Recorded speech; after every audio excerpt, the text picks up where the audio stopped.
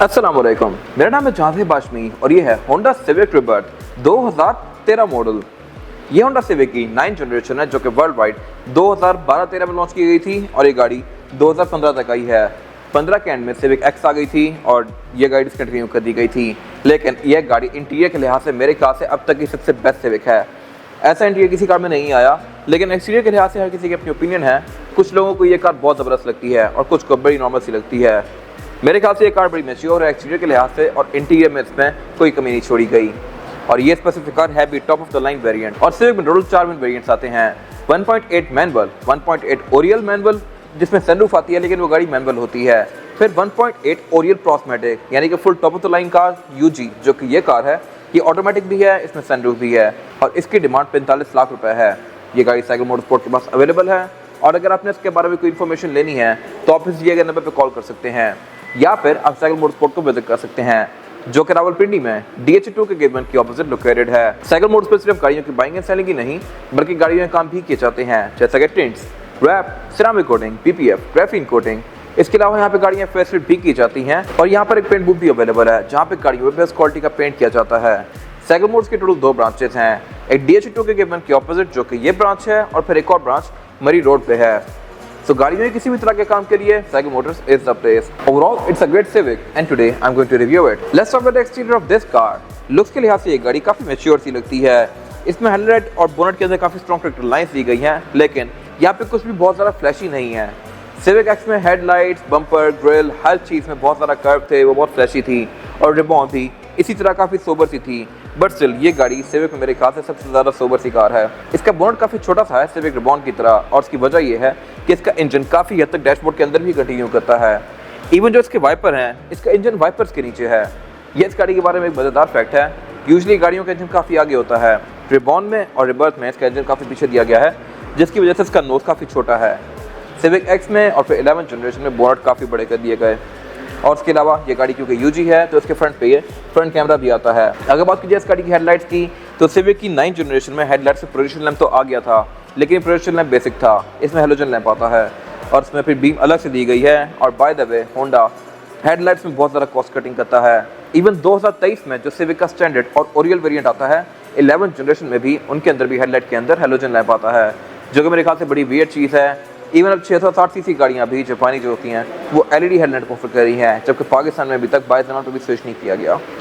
खैर, इसके अलावा इंडिकेटर वगैरह इसके हेडलाइट के अंदर है, ग्रिल इसकी नॉर्मल सी है और इस गाड़ी के बारे में एक और मजेदार फैक्ट ये है कि इसको कभी फेसलिफ्ट नहीं किया गया। रिबॉन और रिबर्थ एक ही शेप में आई हैं through out their life span, इनमें कोई फेसलिफ्ट नहीं आए, लेकिन इस जनरेशन में एक थोड़ा सा डिफरेंस आया था और वो ये है कि इसमें जो बिल्कुल आखिरी मॉडल थे उनकी ग्रिल डिफरेंट थी, उनमें स्क्रीन के आसपास एक नियॉन कंटिन्यू करती थी और बाकी यहाँ पे कोई खास फर्क नहीं है।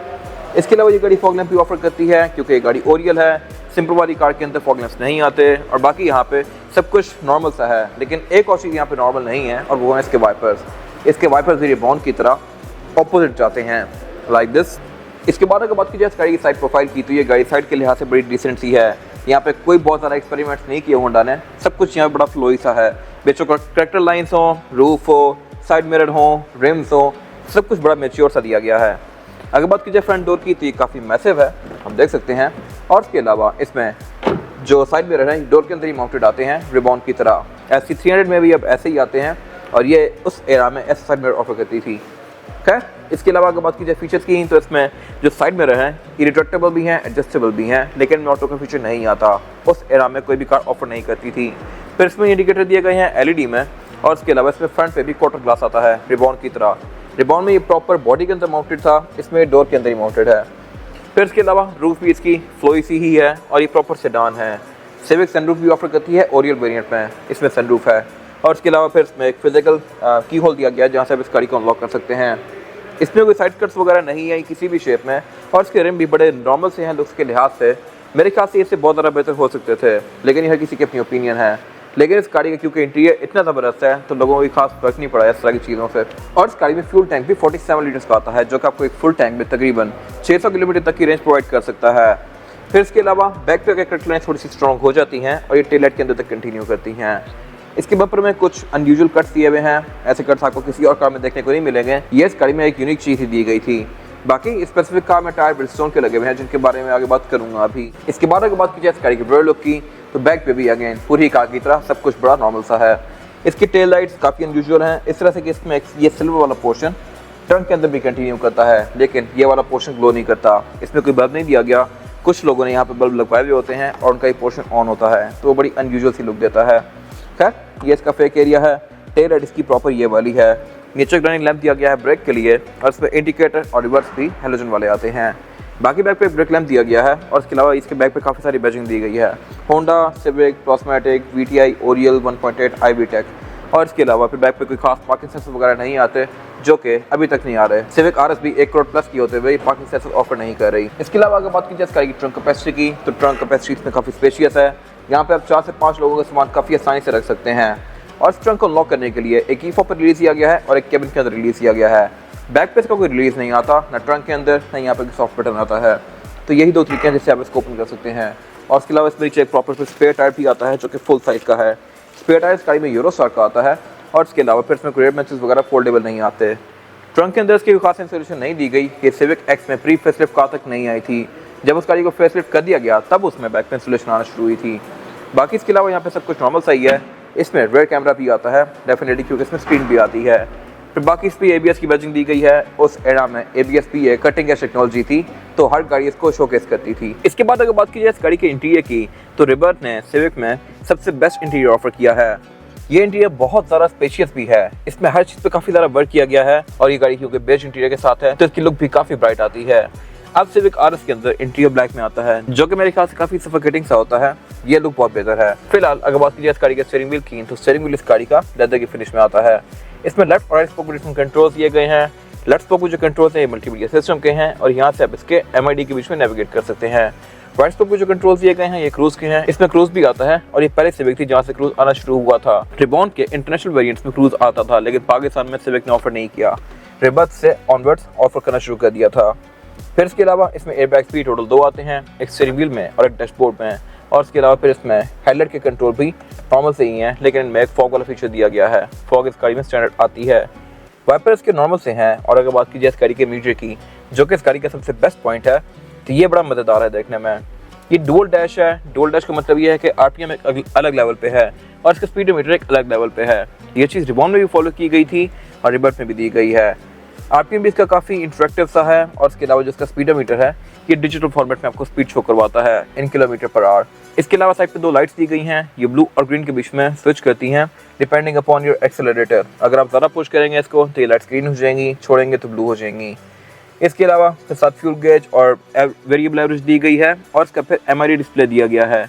MID डिस्प्ले प्रॉपर एक अलग से स्क्रीन दी हुई है, जिसको आप यहाँ पे दिए गए कंट्रोल से एडजस्ट कर सकते हैं। ये मेरे ख्याल से बड़ी मजे की चीज़ है। आजकल नई कार्स के अंदर ये मीटर के दरमियान में आती है, लेकिन इस एरा में ये अलग से दी गई थी, तो मेरे ख्याल से ये लुक भी काफ़ी अच्छा है। इसकी लुक काफ़ी वाइड आ रही है। ये स्क्रीन आपको इसकी क्लॉक, गाड़ी की स्टैट्स, एवरेज किलोमीटर पर लीटर, ट्रिप्स, ऑडियो, ये सारी चीज़ें शो करवाती है, जैसा कि अब यूजुअली नई कार्स में आते हैं, लेकिन उस टाइम के लिहाज से ये काफ़ी अच्छी चीज़ थी। फिर इसके अलावा डैशबोर्ड इस गाड़ी का मोस्टली हार्ड प्लास्टिक है, लेकिन ये काफ़ी ज़्यादा वाइड है। ये आपको किसी भी कार से बहुत ज़्यादा बड़ा लगेगा। यूजुअली कार्स में डैशबोर्ड इससे आधे आते हैं साइज़ में, और इस वजह से इसका इंजन काफ़ी हद तक डैशबोर्ड के नीचे तक कंटिन्यू कर रहा है। इसके सेंटर में फिर एक स्क्रीन दी गई है, जो कि ओरियल वाली कार्स में आती है। ये इवन VTI प्रोस्मेटिक में भी नहीं आती, और ये स्क्रीन काफ़ी इंटरेक्टिव है। इसमें USB, ऑक्स, ब्लूटूथ, इस तरह की सारी चीज़ें आती हैं, प्लस ये आपको नेविगेशन भी शो करवाती है इस गाड़ी का। फिर स्क्रीन के आसपास है कि लाइट कंटिन्यू करती है, और ये गाड़ी 3 कैमरास ऑफर करती है, एक फ्रंट पे, एक बैक पे और एक सेंटर में।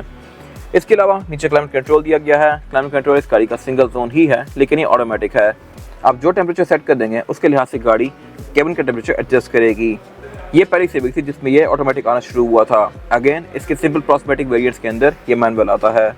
फिर साथ यहाँ पे हेडलाइट का बटन दिया गया है, नीचे ऑक्स इनपुट दिया गया है, चार्जिंग आउटलेट दिया गया है, ड्रॉर दी गई है, और इसका गेयर सेलेक्टर दिया गया है। गेयर सेलेक्टर इस गाड़ी में ऑटोमेटिक है, और इसकी जो गेयर सिलेक्शन है वो है PRND D3, 2 और 1। 3, 2, 1 basically first, second, third gear है, और D में फिर गाड़ी बाकी गियर्स में जाएगी। और उसके अलावा फिर ये इसकी हैंड ब्रेक दी गई है, जो कि ट्रेडिशनल है। इसकी फील भी अगेन ग्रैंडी की हैंड ब्रेक से बहुत बेहतर है। उसके साथ फिर एक ये ड्रॉर दी गई है, जिसको ओपन करके आप एज अ कंसोल यूज़ कर सकते हैं, या फिर इसके पीछे 2 कप होल्डर्स भी दिए गए हैं। उससे पीछे फिर इसका ये सेंटर कंसोल दिया गया है।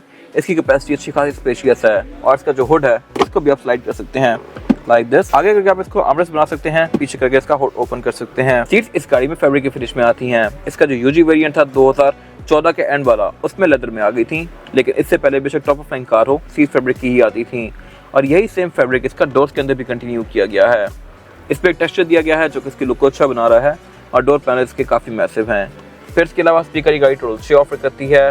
2 स्पीकर डोर्स में हैं, 2 ट्वीटर्स हैं और फिर 2 बैक पे आते हैं। इसके अलावा इसकी सिर्फ ड्राइवर की विंडो सिंगल टैप वाली है। आप इसको लॉक अनलॉक यहाँ से कर सकते हैं इलेक्ट्रॉनिकली और इसमें साइड मिरर भी रिट्रैक्टेबल आते हैं, यानी कि आप इनको गाड़ी के अंदर से ही फोल्ड और अनफोल्ड कर सकते हैं लाइक दिस। फिर इसके अलावा यहाँ पे इसका इकॉन दिया गया है, 3 ब्लैंक स्विचेस दिए गए हैं और इसका की होल दिया गया है। फिर इसके अलावा अगर बात की जाए वैनिटी मिरर की, तो इसमें ड्राइवर और पैसेंजर दोनों के लिए आते हैं और इसमें सनरूफ भी आती है। ये बेसिकली सिविक का एक यूनिक सेलिंग पॉइंट है। सिविक बिकती ही सनरूफ के पीछे है। आपको बहुत कम कार्स नजर आएंगी जिनमें सनरूफ नहीं होगी। इसके अलावा यहाँ पे कुछ खास है नहीं। इसके बाद अगर बात की जाए इस गाड़ी में रेयर पैसेंजर की सीटिंग कैपेसिटी की, तो मेरे पास यहाँ पे लेग रूम का बिल्कुल भी कोई इशू नहीं है और हेड रूम का भी, और यहाँ पे 3 लोग बहुत आसानी से बैठ सकते हैं। ये गाड़ी बैक पे सिविक एक्स 11 जनरेशन से ज़्यादा खुली है, इस तरह से कि इसमें सेंटर में कोई हम्प नहीं आता। इसका फ्लोर बेड बिल्कुल फ्लैट है। 9th और 8th जनरेशन में ये फ्लैट था, सिविक के 10th जनरेशन और 11th जनरेशन में यहाँ पे काफ़ी बड़ा हम्प आ गया है। तो मेरे ख्याल से वो एक वियर्ड चीज़ है और थर्ड पर्सन को बैठने में थोड़ी सी मुश्किल पेश आएगी उस गाड़ी में। लेकिन बैक पे यहाँ पे फीचर्स कंपैरेटिवली उन गाड़ियों से कम दिए गए हैं। इसमें एवेंट्स नहीं आते, लेकिन इसके अलावा सारी चीज़ें सेम हैं। सेंटर में एक सेंटर कंसोल दिया गया है जिसको निकाल के आप इसमें से 2 कप होल्डर एक्सेस कर सकते हैं और इसके अलावा इसमें बैक पे 2 हेडरेस्ट आते हैं, सीट बेल्ट आती हैं, 4 सीट एंकर्स आते हैं और इसके अलावा यहाँ पे केबिन लाइट दी गई है जो कि अगेन ओरियल में आती है। इसके छत का सेंटर वाला एरिया थोड़ा सा नीचे है और इसकी वजह यह है कि इसकी सनरूफ इसकी छत के अंदर ही फोल्ड होती है। जो गाड़ी ओरियल नहीं होती उसमें ये वाला पोर्शन थोड़ा ऊपर होता है। इसके अलावा यहाँ पे कुछ खास है नहीं। इसके बाद अगर बात की जाए इस गाड़ी के इंजन की, तो इंजन रिबॉन और रिबर्थ में सेम ही आया था और यही engine by the way civic x में भी आया है। ये R18 इंजन है जो कि 1800 सीसी होता है और ये गाड़ी 138 हॉर्स पावर प्रोड्यूस करती है। इस गाड़ी के बारे में एक ड्रॉबैक ये था कि इसमें ट्रांसमिशन CVT नहीं दी गई थी। इसके साथ ग्रैंडी आती थी कोरोला की और उसमें ट्रांसमिशन CVT थी। सिविक एक्स में जाके इसको CVT का दिया गया। स्पेसिफिक कार में ट्रांसमिशन नॉर्मल प्रोस्मैटिक थी। खैर अगर बात की परफॉर्मेंस की, तो इस गाड़ी की ठीक थी। इस एडा की जो ऑल्टिस 1.8 थी उसके साथ ये गाड़ी कम्पीट कर सकती है, लेकिन ग्रैंडी से काफ़ी तेज थी और ये गाड़ी कंपैरेटिवली रिबॉन से थोड़ी सी स्लो थी। लेकिन इस गाड़ी की एवरेज रिबॉन से बहुत बेहतर हो गई थी। रिबॉन में कोई इको मोड नहीं आता था, इसमें इको दे दिया गया और ये गाड़ी आपको तकरीबन 1-2 किलोमीटर रिबॉन से ज़्यादा देती है। बाकी इसके अलावा इस गाड़ी में ABS भी आता है और EPS भी आता है। EPS mean electronic power steering. फिर ये गाड़ी आपको एवरेज तकरीबन 12-13 तक की दे सकती है डिपेंडिंग अपॉन ड्राइविंग पैटर्न, जो कि मेरे ख्याल से एक अच्छी एवरेज है 1800 सीसी इंजन के लिए। इसके अलावा यहाँ पे कुछ खास है नहीं। इसके बाद अगर बात की जाए टायर साइज की, तो टायर साइज जो आता है सिविक रिबर्थ में ये है 195, 65 और 15। इस एरा में मोस्टली 15 इंचेस के रिम आते थे और टायर यूरो स्टार्ट का आता था जो कि बड़ा बेसिक से टायर है। स्पेसिफिक कार में चेंज करके ब्रिजस्टोन का लगाया हुआ है जो कि बेहतर है, लेकिन इसके रिम की लुक बहुत ज़्यादा बेसिक सी है। अगर थोड़ा सा अग्रेसिव होता तो मेरे ख्याल से अच्छी बात थी, बट गाड़ी के बाकी कैरेक्टर को मैच करने के लिए इसको भी सिंपल सा रखा गया है। इसके अलावा ये कार ऑबिल डिस्क ब्रेक ऑफर करती है, यानी कि 4 टायरों में डिस्क आती है और इसमें फिर ABS भी आता है जो कि इसकी राइड को और अच्छा बनाता है। इसके अलावा यहाँ पे कुछ खास है नहीं। ये था आज का रिव्यू। अगर आपको ये रिव्यू पसंद आया है तो इस रिव्यू को लाइक कीजिए, मेरे चैनल को सब्सक्राइब कीजिए और अगर आपके पास गाड़ी से रिलेटेड कोई भी राय है तो उसको कमेंट सेक्शन में शेयर जरूर कीजिएगा, ताकि वो लोग जो गाड़ी लेने वाले हैं वो आपकी राय से फ़ायदा उठा सकें। अपना ख्याल रखिएगा। Thank you.